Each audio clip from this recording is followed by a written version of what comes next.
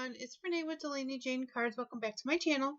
Today I am featuring a Joy Clair Designs Floral Joy set, and here I showed you how I print them out and then I cut them out with my silhouette. I just used this removable Scotch tape to kind of stick them together so I didn't lose them on my desk.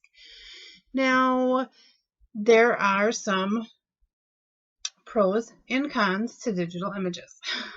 Masking and one layer scenes and all that, I know it's doable, but I haven't figured it out yet.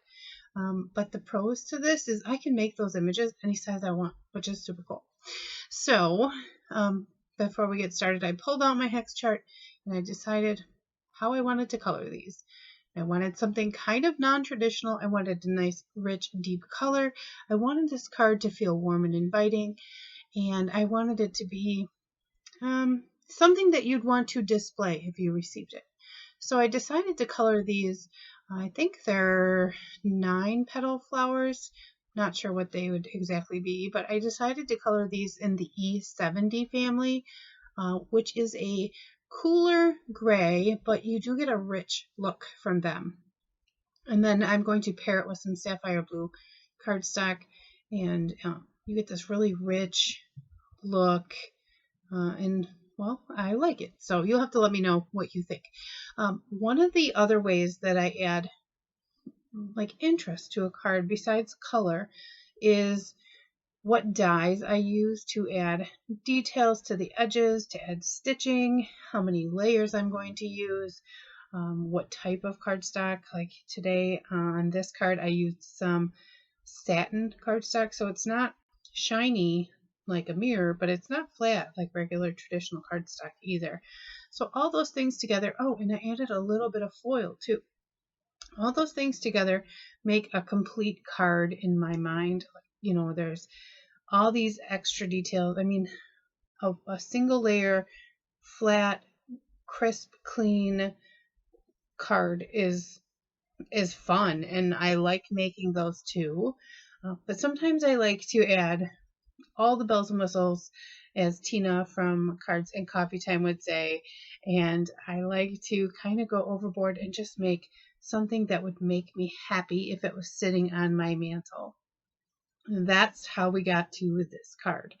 So I'm showing you the coloring here, E70, E74, E77, and E79.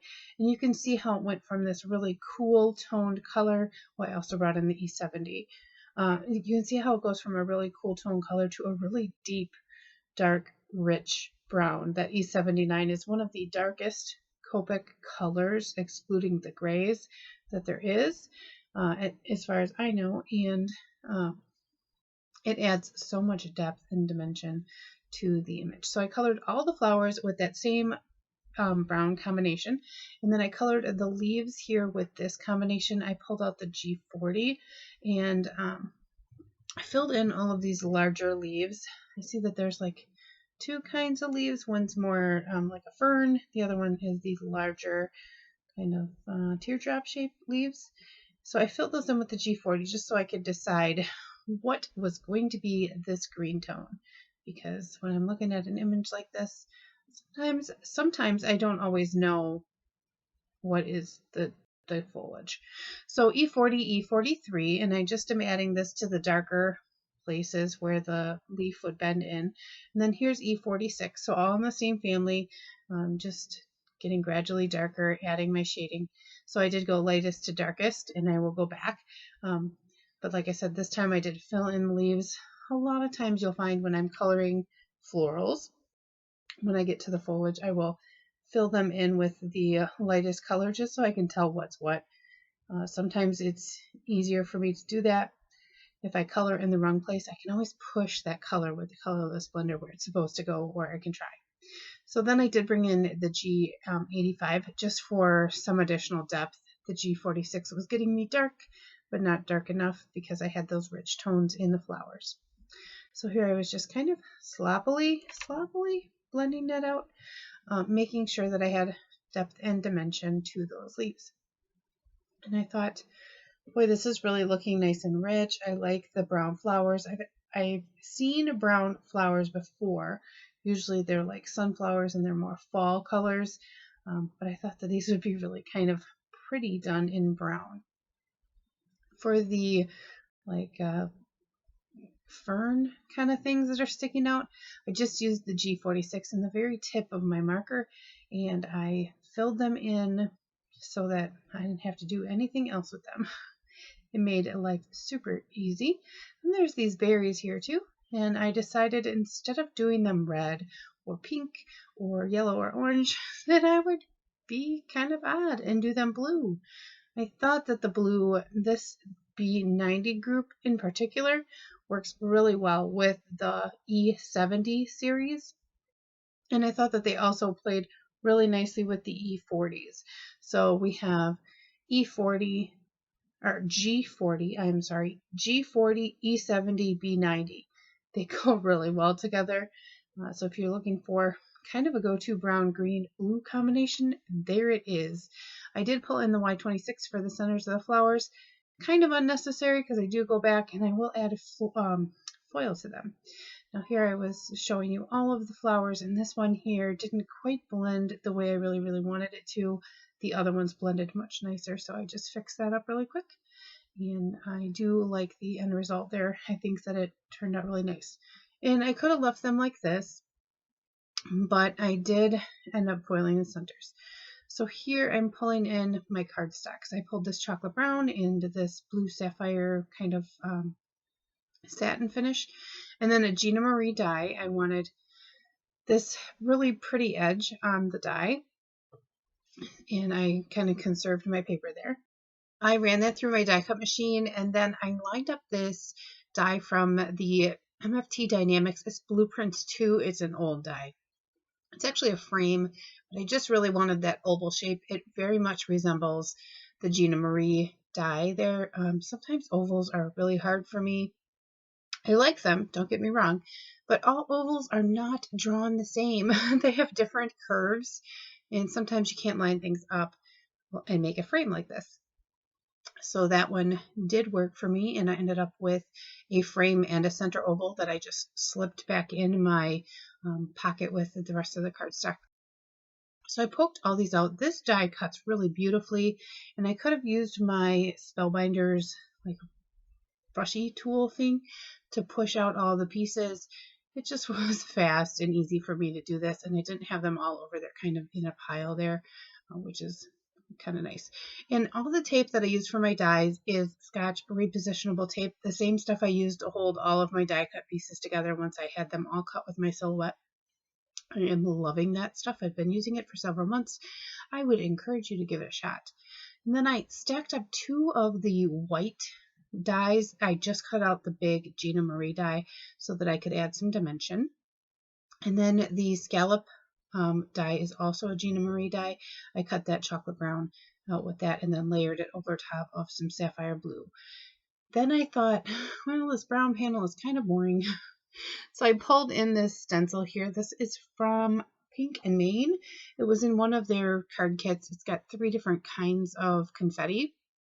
I just taped off the one that I wanted to use, and I just added a little bit of confetti. You do not see this hardly at all, but I just didn't want that plain pattern. I could have, I guess, embossed it, dry embossed it to give it some texture, but I don't know. I thought that that was fine.